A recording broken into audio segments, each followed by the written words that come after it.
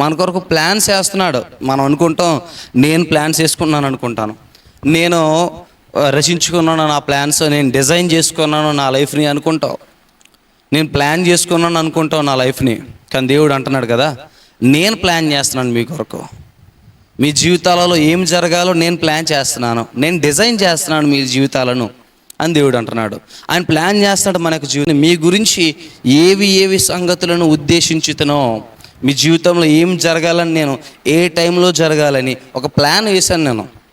మీరు వాటిని బట్టి అతిశయించకుండా, వాటిని బట్టి గర్వించకుండా ఆనందించడానికి మాత్రమే నేను మీ జీవితాలలో కార్యాలు జరిగిస్తాను. దేవుడు తప్పక మన జీవితాలలో కార్యాలను జరిగించేవాడు.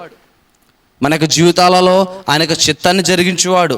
మనం ఆయనకు సన్నిధానంలో ఎదగాలని, ఆయన యందు ఇంకా ఎక్కువగా కొనసాగాలని, మరి ఎక్కువగా విశ్వాసాన్ని కనుపరచాలని, మన జీవితాలలో అత్యధికమైన ఆశీర్వాదములను, ఊహకు మించినటువంటి ఆశీర్వాదాలను